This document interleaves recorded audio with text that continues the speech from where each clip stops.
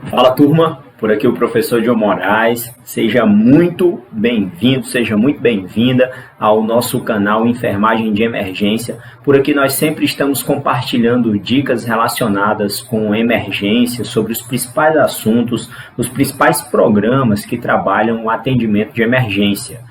Hoje nós iremos trabalhar um conteúdo bem interessante relacionado com emergências pediátricas no contexto de emergências respiratórias e iremos delimitar esse tema e falar especificamente sobre problemas que afetam as vias aéreas superiores. Iremos introduzir a temática e depois iremos nos aprofundar em relação aos principais tópicos. É muito importante que, se você ainda não é inscrito aqui no nosso canal do YouTube, Enfermagem de Emergência, que você se inscreva, que você deixe o seu like, deixe o seu comentário, para que dessa forma nós possamos sempre estar compartilhando mais e mais conhecimento. E ative também o sininho de notificações para que sempre que for colocado conteúdo novo aqui no canal, você já possa ser sinalizado e não perder tempo em relação a essas informações que estão relacionadas com emergência, que estão relacionadas com salvar vidas. Por que fazer esse vídeo, né? Por que trazer esse vídeo para vocês? Durante a minha formação, né, quando eu ia me preparar para fazer cursos como, por exemplo, suporte avançado de vida em pediatria, eu procurava vídeos em relação ao YouTube, por exemplo, e não encontrava vídeos bons, específicos, trazendo essas temáticas. Então, até para preencher um pouco dessa lacuna, né, após ter me tornado instrutor da grande maioria dos programas de credenciamento internacional, eu resolvi compartilhar conhecimento com pessoas que querem também aprender sobre emergência de uma maneira mais adequada, mais direcionada. Então, sem mais delongas, venham comigo que ao longo desse vídeo nós traremos muitas informações. Então, vamos iniciar aqui o nosso conteúdo. Muito bem, então nós iremos falar sobre emergências respiratórias, né, em pediatria. Esse é o tópico que nós traremos e nesse contexto aqui nós precisamos introduzir essa temática. Muitas vezes quando uma criança ela chega lá na emergência, ela chega naquela situação de estar apresentando algum problema, ela vai se manifestar ou com um desconforto respiratório, muitas vezes, ou então com a situação de insuficiência respiratória ou até mesmo uma parada respiratória. O nosso objetivo inicial aqui é saber reconhecer essas três situações, trazer isso à tona e depois nós iremos nos aprofundar em relação aos problemas que afetam as vias aéreas superiores. Então vamos lá. Quando nós falamos aqui em relação a desconforto, preste atenção, desconforto respiratório, quando a gente fala sobre esse tópico aqui, entenda que nós podemos ter no paciente um aumento do trabalho respiratório, ele apresentar dificuldade respiratória propriamente dita, né? E isso ficar evidente lá na criança através de batimento de asas do nariz, uso de musculatura acessória, aumento da frequência ventilatória, né? Mas é que eu trouxe para vocês alguns achados, alguns sinais e sintomas que podem estar presentes, como por exemplo, olha só, chiado audível, né, durante o movimento respiratório, aquele barulho na via aérea da criança, porque aqui eu não estou sendo específico com nenhuma causa, mas você pode ter diversas causas. Então, por exemplo, se eu tiver um estridor, se eu tiver um gorgolejo, né, na via aérea da criança, se tivermos ali um ronco, por exemplo, então o que está acontecendo? Então depende do contexto. Uma coisa que eu quero deixar aqui bem claro, né, que é muito marcante no desconforto respiratório, é a condição da cianose, muitas vezes a cianose central, que ela se resolve, olha só, com oxigênio, quando você administra oxigênio para a criança. Então você tem aqui, ó, a condição da cianose central, que se resolve com a administração de oxigênio. Eu dou oxigênio para a criança, ela melhora a condição dela. Então isso aí é uma coisa muito marcante do desconforto respiratório, o que é bem diferente da situação da insuficiência respiratória. Nós já falamos sobre esse tópico aqui também, né, relacionado com o aumento da profundidade respiratória, né, a situação que a gente chama de hiperpneia, eu posso ter também taquipneia na criança, estridor inspiratório, isso aqui é muito característico de uma situação, né, o estridor inspiratório ele é muito característico de, na verdade não de uma só, mas de algumas situações. Uma situação que a gente chama muito de, olha só, CRUP, CRUP. O CRUP, que é a laringite, né, ou laringotraqueite, né, que pode estar presente na criança, né, e é uma situação muito comum, né, na emergência, crianças chegarem desse jeito. Então, estridor inspiratório durante a inspiração. Outra situação também que você pode ter que pode levar a isso, né, menos comum, mas pode levar também, é a famosa epiglotite. Né? A epiglotite também pode levar a essa condição, tá? Então a gente precisa lembrar disso.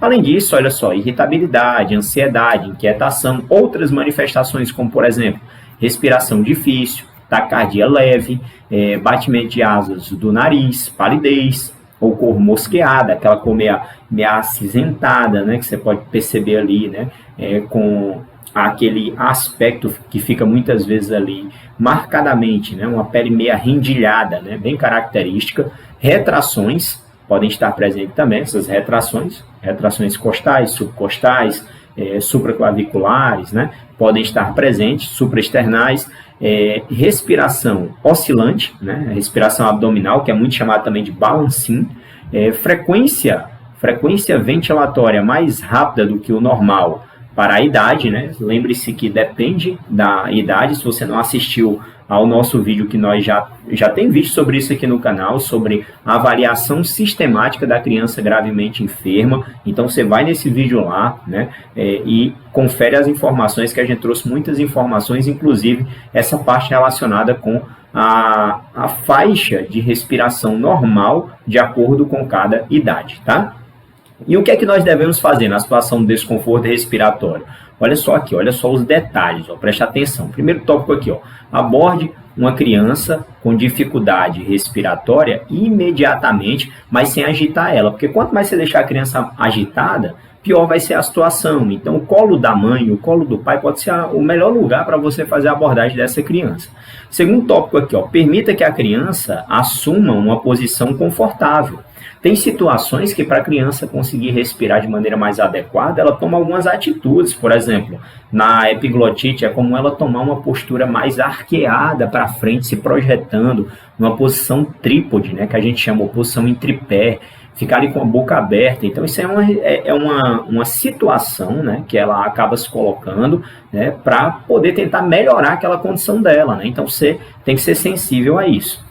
Corrija a hipóxia sem causar agitação e, além disso, forneça mais cuidados com base nas conclusões da sua avaliação. Toda aquela parte lá que a gente falou da avaliação sistemática, né? É a parte introdutória relacionada com o triângulo de avaliação pediátrica, o ABCDE, e depois eu formular o meu plano terapêutico sobre o que é que nós iremos fazer. Então, isso aqui, desconforto respiratório. Vamos compreender agora um pouco sobre o que é a insuficiência. Ó, presta atenção aqui, deixa eu colocar aqui para a gente, o marca-texto. O que é a insuficiência? Então, o que é essa insuficiência respiratória, né? Então, quando falamos sobre insuficiência respiratória, nós temos agora uma condição em que a oxigenação, olha só, a oxigenação e a ventilação, elas estarão inadequadas, né? Ou uma ou então ambas, né? Para atender às demandas metabólicas dos tecidos corporais. Inclusive, quando a gente estuda sobre essa temática de maneira mais aprofundada, nós vemos os tipos, né, de insuficiência respiratória que podem acontecer. Insuficiência respiratória hipoxêmica, insuficiência respiratória hipercápnica, né, pelo acúmulo de CO2, né? Então, depende do contexto, tá? Em relação, e depende de qual é o problema que eu tenho ali apresentado no paciente. O que é que nós temos aqui como fatores importantes relacionados com as apresentações clínicas lá no paciente? Olha só, primeiro tópico aqui, ó, mudanças agudas do estado mental. Começa a ter alteração do estado mental, a ter esse comprometimento, eu vou pensar nesses problemas, né? Incapacidade de se concentrar, a criança já está alterando ali o estado mental dela. Segundo tópico aqui importante, cianose central, apesar de dar oxigênio, né? Ou seja, mesmo ofertando oxigênio, a criança ela não está melhorando. Terceiro tópico aqui muito importante, frequência ventilatória, esforço ou expulsão torácica inadequada. Eu estou vendo que todo o esforço que a criança está fazendo não está surtindo efeito em nada, ela não está melhorando. Quarto tópico aqui, ó, baixa saturação de oxigênio. apesar de você estar fornecendo oxigênio. Então, você está vendo aqui marcadamente que na insuficiência respiratória é tendencioso que mesmo ofertando ali O2 para a criança, ela não vai melhorar. É isso que vai acabar acontecendo. Isso vale para o adulto também. O que a gente está falando aqui é porque a gente está sendo específico em trabalhar aqui a parte de emergência pediátrica. Mas, além disso, também tem outras alterações, como tônus muscular normal ou diminuído, né? Não é um critério, né, específico, mas retrações e uso de músculos acessórios pode estar presente também no desconforto, então não é específico de insuficiência respiratória. Taquicardia diminuindo, olha só a tendência, né? Eu tenho taquicardia inicial, que depois ela pode diminuir para bradicardia, e depois até levar o paciente a uma condição de assistolia, né, na situação mais grave, né? A hipóxia ela tende a causar isso por suprimir a atividade miocárdica, né? Além disso, o que é que a gente tem mais aqui? Olha só, taquipneia diminuindo para bradipneia e apneia, e fala fraca ou ausente, ou então um choro, né, muitas vezes ali ausente. Tá a criança agitada inicialmente ali, né? Isso é indício que o nível de consciência dela ainda está adequado do ponto de vista dela tá chorando, mas você vê a criança depois se tornando letárgica, a criança se tornando ali meio hipoativa, ela não está melhorando, ela está piorando a condição dela, né? E aí o que é que acontece? O que é que eu tenho que fazer como intervenções? Eu preciso, primeiro tópico aqui, olha só, ser rápido, certo? Nessa situação, precisa agir rapidamente, abrir vias aéreas, realizar sucção se for necessário, aspirar vias aéreas, corrigir a hipóxia, dando oxigênio suplementar, começar a ventilação, eu preciso ter isso em mente, sempre que for necessário. Estou vendo que a oferta de O2 que eu estou dando não está melhorando, a criança está deteriorando, então a assistência, né, o suporte ventilatório, executar ventilações assistidas, né, com bolsa, válvula, máscara, se o paciente ele não melhorar. E pode ser necessária ventilação não invasiva com pressão positiva em alguns cenários. Tá? Então isso é um tópico relevante. Outra condição que nós temos aqui, que nós precisamos também introduzir para poder falar um pouco sobre ela, é a condição da parada, veja bem, da parada respiratória, né? Então, se eu tenho uma condição de parada respiratória, passei ali e ficou... Deixa eu apagar aqui. Então, a parada respiratória ela é uma condição em que é uma situação muito grave, né? Muito grave, onde, na verdade, na parada respiratória, o indivíduo...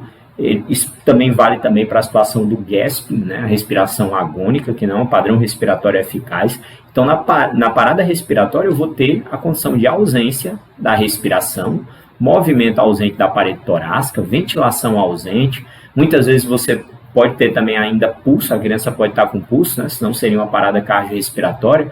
Ou então, se você tiver uma bradicardia acentuada, né? Abaixo de 60 batimentos por minuto, com sinais de má perfusão, tem que ser tratado também como sendo uma parada cardiorrespiratória, né? Mas você tem bradicardia deteriorando para a sistolia, né? O que vai acontecer se não for tratada essa condição. Tônus muscular mais flácido, né? Mais mole, e cianose periférica e central, insensibilidade à voz ou ao toque, pulsos fracos ou ausentes. O que é que eu tenho que fazer nessa situação? Você está vendo aqui a execução da ventilação com bolsa, válvula, máscara, né? Então mova-se rapidamente. Isso aqui é uma situação de emergência.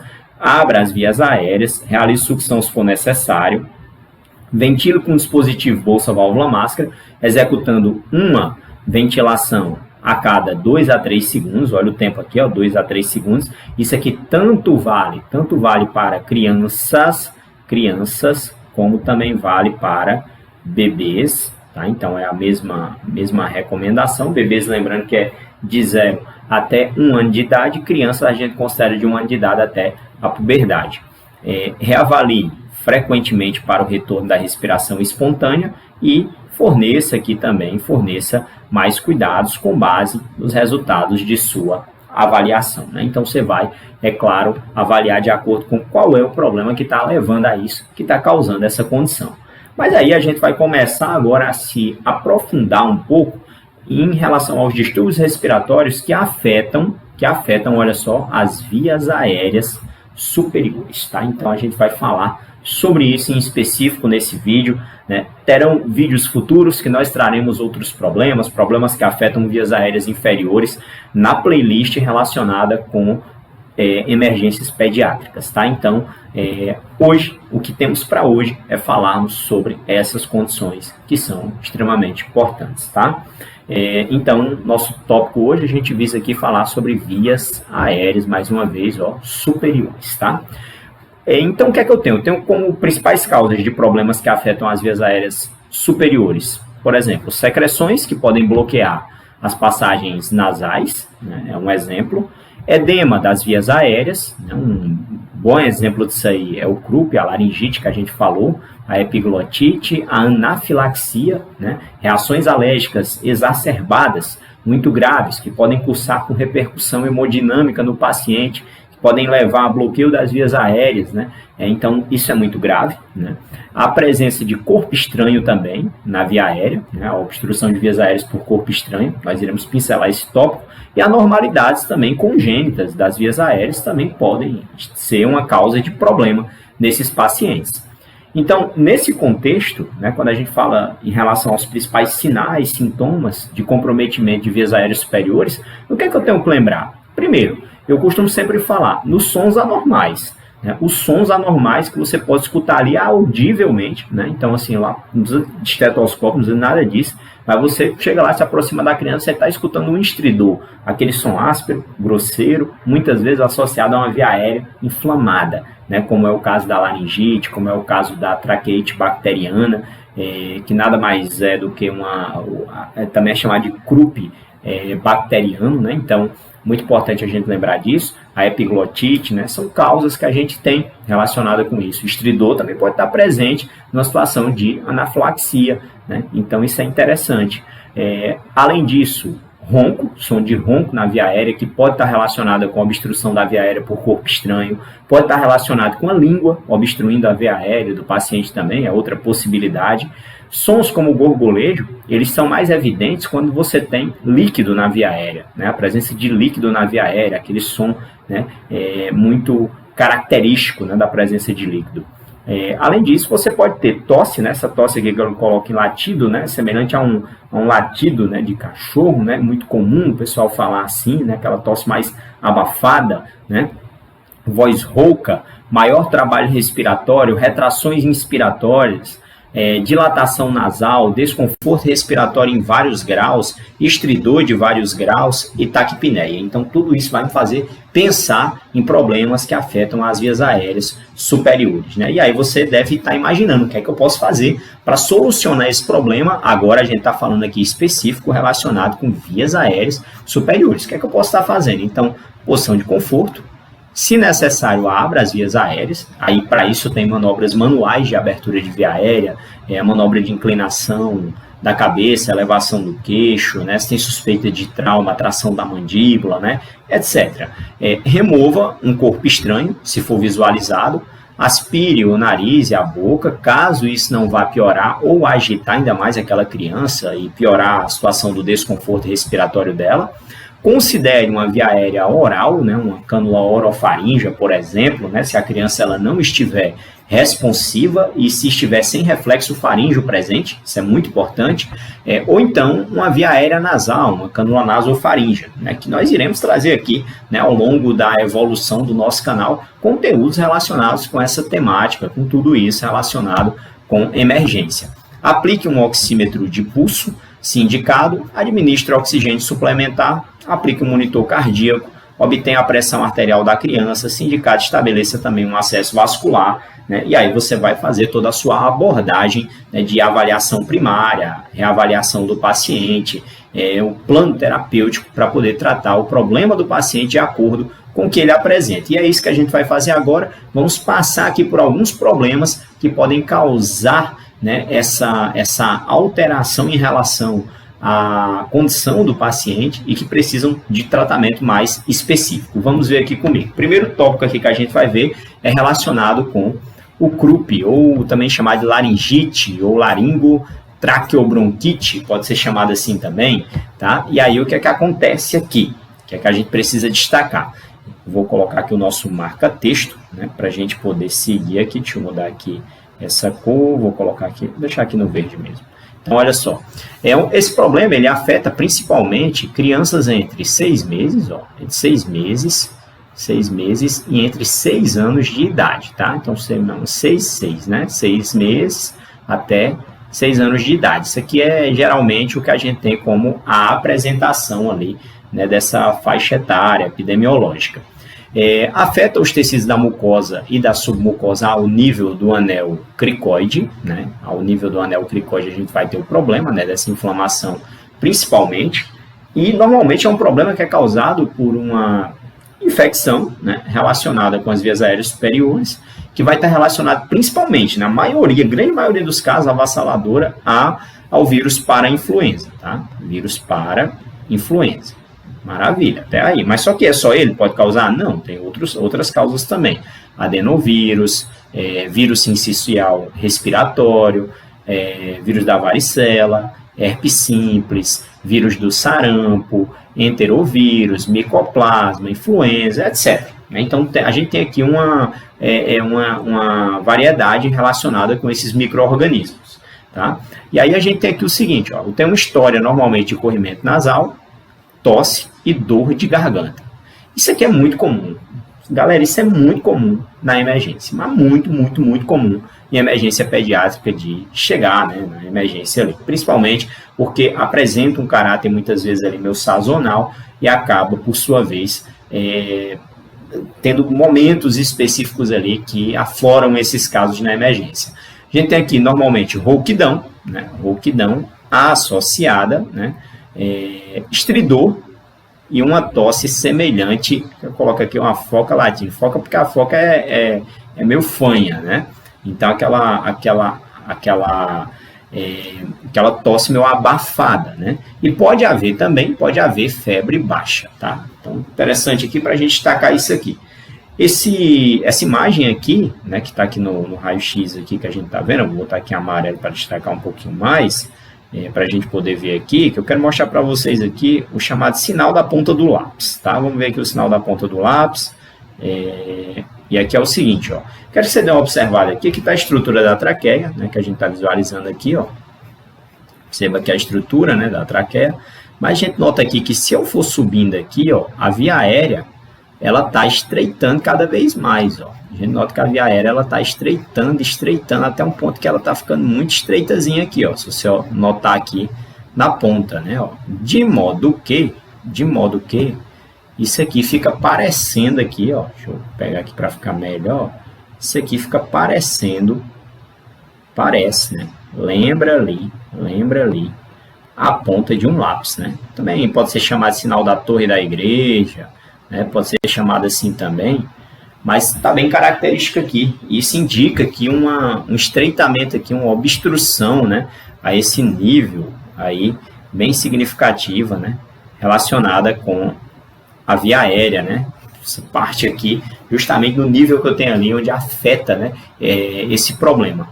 Tranquilo? Então, muita atenção para isso. E aí a gente tem aqui o atendimento de emergência, né, inicial, ele é determinado pela gravidade da doença, né? Então eu tenho uma classificação, a gente classifica aqui grupo leve, moderado ou grave.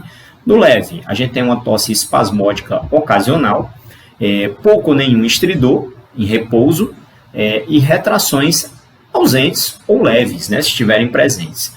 Quando eu vou para a situação moderada, eu tenho uma tosse espasmódica frequente, estridor que é facilmente audível em repouso, né? E pouca ou nenhuma agitação. E eu tenho uma boa entrada de ar na ausculta dos campos pulmonares periféricos. Tá? Agora, quando a gente vai aqui para o grave, né, para a condição grave, a gente tem tosse espasmódica frequente, estridor inspiratório proeminente e expiratório ocasional, né? Então nota que agora o estridor ele não é só inspiratório, ele é expiratório também, porque a coisa está agravando muito. A gente tem retrações nítidas, agitação significativa e entrada de ar reduzida na ausculta pulmonar. Olha que interessante. E aí quando você vem para cá, o que é que eu devo fazer, né, em relação a essas situações? Vamos ver aqui comigo. Então olha só.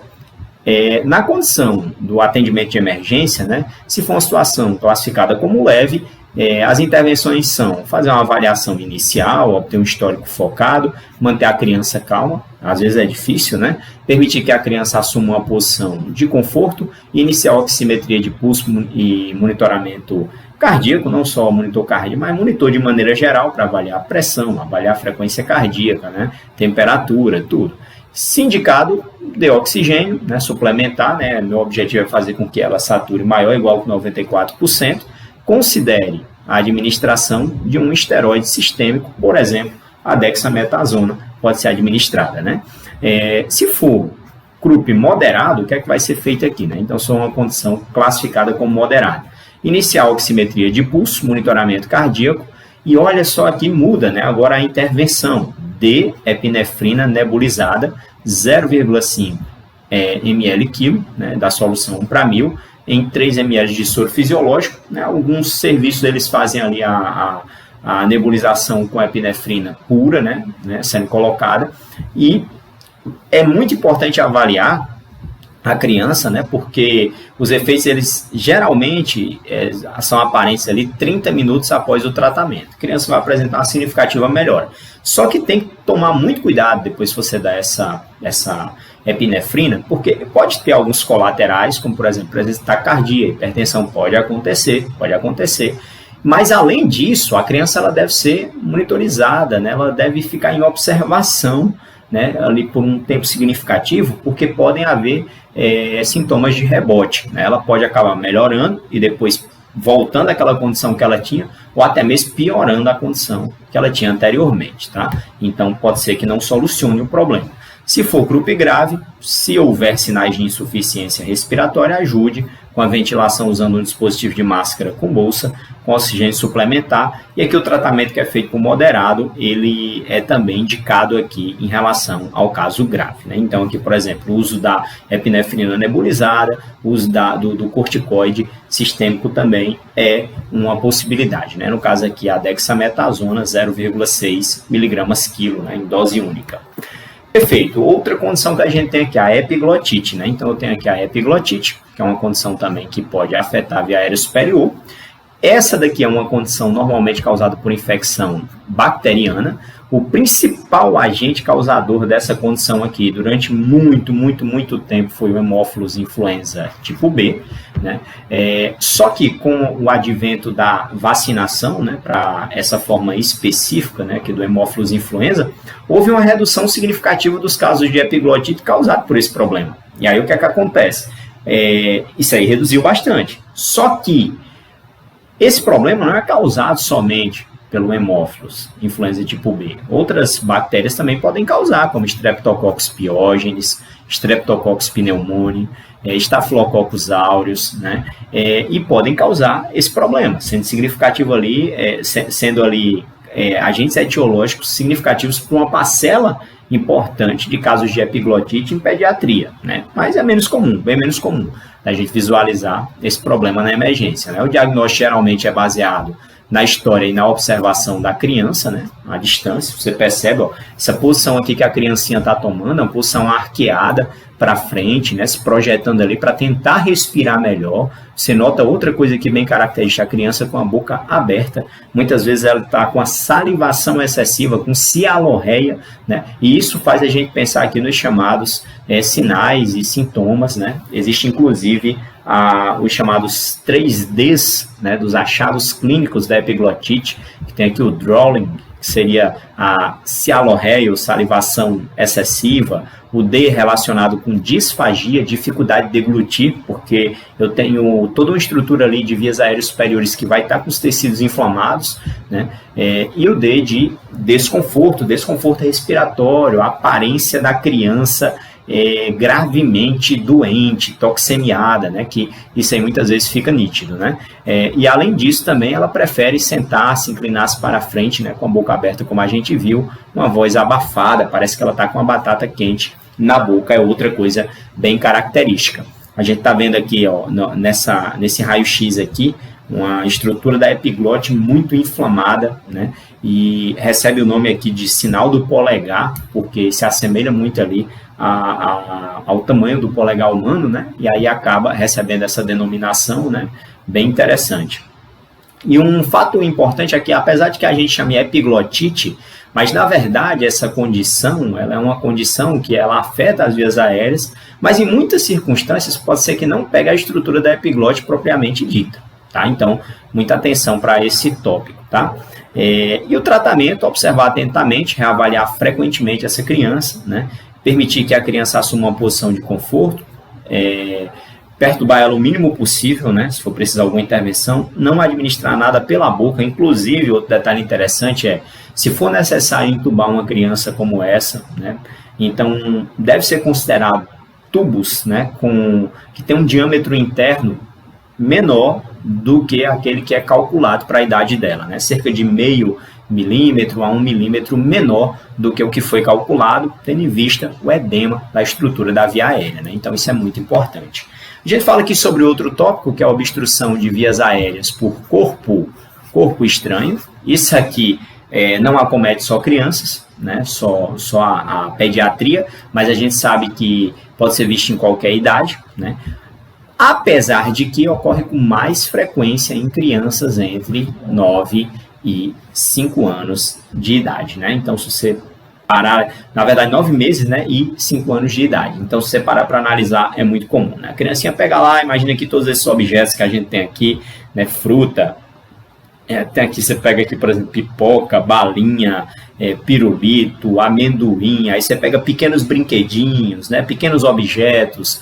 Então, é muito comum que isso aí seja causa de obstrução de vias aéreas por corpo estranho, né, em crianças, né? Então, a maioria, né, dos episódios de engasgo ocorre durante a alimentação ou então durante alguma brincadeira, né? E as intervenções, depende o que eu vou fazer, depende. Primeiro, depende se é um engasgo parcial ou se eu estou suspeitando de uma obstrução total, uma obstrução grave da via aérea. E depende se a criança ela encontra-se responsiva ou irresponsiva.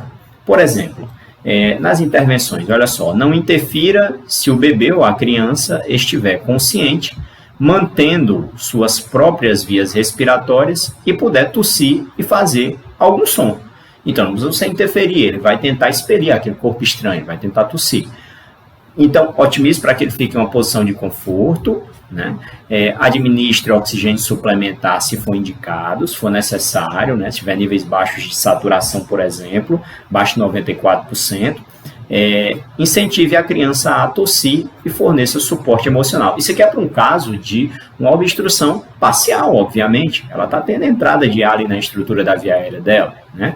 Agora, veja bem, se nós temos a condição agora, se o bebê, ou então a criança, consciente, não conseguir tossir ou emitir nenhum som, você vai remover a obstrução realizando compressões abdominais. Se o paciente ele tiver 1 ano de idade ou mais, né, que é o que a gente está visualizando aqui nessa imagem, a gente está visualizando aqui a famosa manobra de Heimlich, né? Então note que essa criança ela ainda está responsiva, né?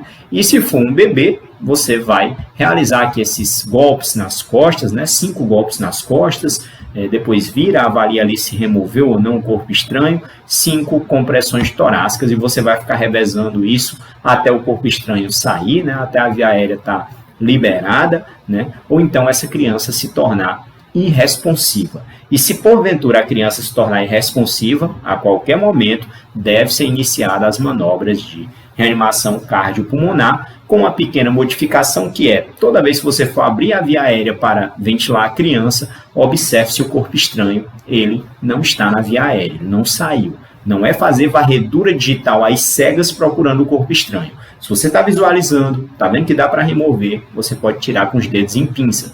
Se você não está visualizando, você não pode fazer varredura às cegas, porque você pode piorar ainda mais essa condição da obstrução das vias aéreas.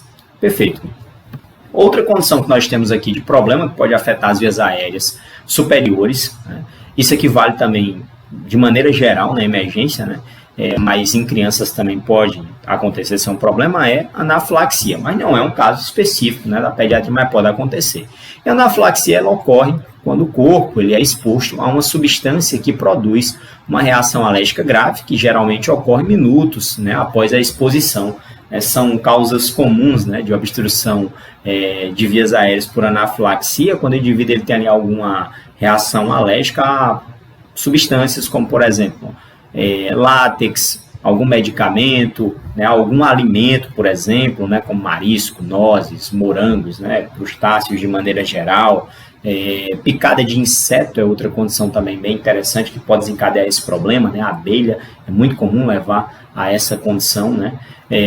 Então, a gente tem que atentar para isso. E quais são os principais sinais e sintomas? Ansiedade, inquietação, a criança tossindo, né, muitas vezes, dor abdominal em cólica, dificuldade ao respirar, dificuldade de engolir, né, urticária, né, outra condição que pode acabar acontecendo, que você tem ali aquela presença, né, da criança com aquela vermelhidão característica, né, da reação alérgica, né, como a gente percebe, rouquidão, hipotensão. São achados aí que levantam a suspeita, né, para me imaginar, né, essa sintomatologia, principalmente aqui, rouquidão, hipotensão, eu já estou pensando aqui na condição da anafilaxia.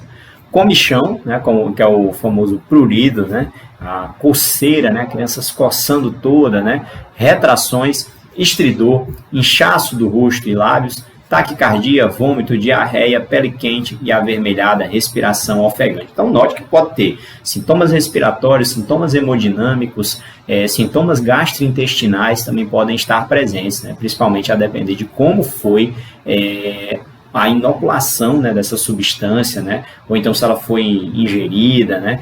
Como foi? Então, dependendo de como foi, você pode ter variações. E quais são as intervenções que podem ser executadas, né? Então, primeiro tópico aqui, né, que a gente tem que entender aqui é o seguinte, ó, remova e descontinue, né, o agente causador. Ou seja, se você não remover, não adianta, né? Não adianta, vai continuar causando ali problemas, né? Então, remova ali o agente causador. Né? Por exemplo, vou dar um exemplo aqui, ferrão de abelha. Se você não remover o ferrão, vai continuar causando ali reação, vai continuar causando problema. Só que você tem que tomar cuidado como você remove. Você não pode chegar lá e puxar, apertando ali no ferrão e tirando ele. Você tem que tirar como se fosse raspando, né, para que não inocule mais substância, né, no interior da vítima. Né? Então é importante a gente lembrar disso. Aplique um oxímetro de pulso e administre oxigênio suplementar, se for indicado, inicie monitoramento cardíaco.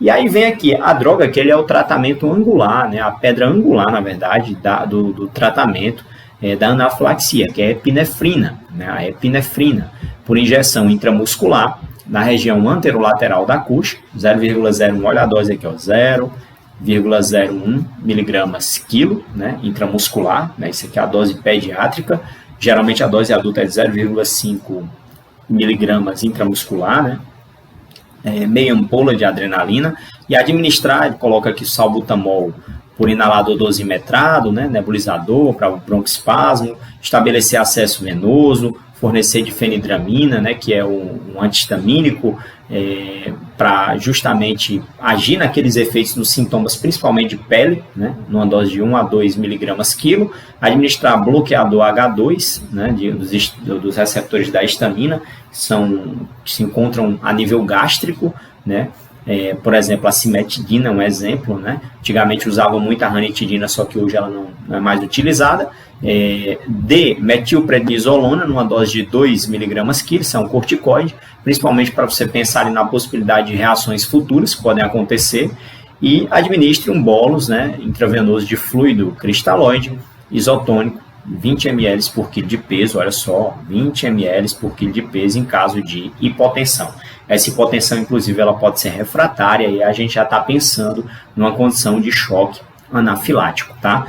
E considere, né, se houver essa refratariedade, né, epinefrina em infusão para hipotensão resistente ou refratária. Aqui a gente está vendo aqui, ó, uma das coisas interessantes, isso aqui é um autoinjetor de adrenalina, né? Então o próprio paciente, diante de uma situação, né, de sabendo que ele é alérgico, nos Estados Unidos, no Brasil a gente não tem muito, né, isso aqui, mas às vezes até algumas pessoas elas podem importar de fora, mas a gente não tem, né, aqui normalmente. Aí o que é que acontece? Nos Estados Unidos, isso é até uma medida de primeiros socorros. Você saber ali se o indivíduo que tem uma possível reação alérgica não tem um autoinjetor de adrenalina, né? Então, isso aí é bem interessante. E aqui a gente está vendo a ampola da adrenalina, né, convencional, né, que é utilizada aí nos serviços de emergência.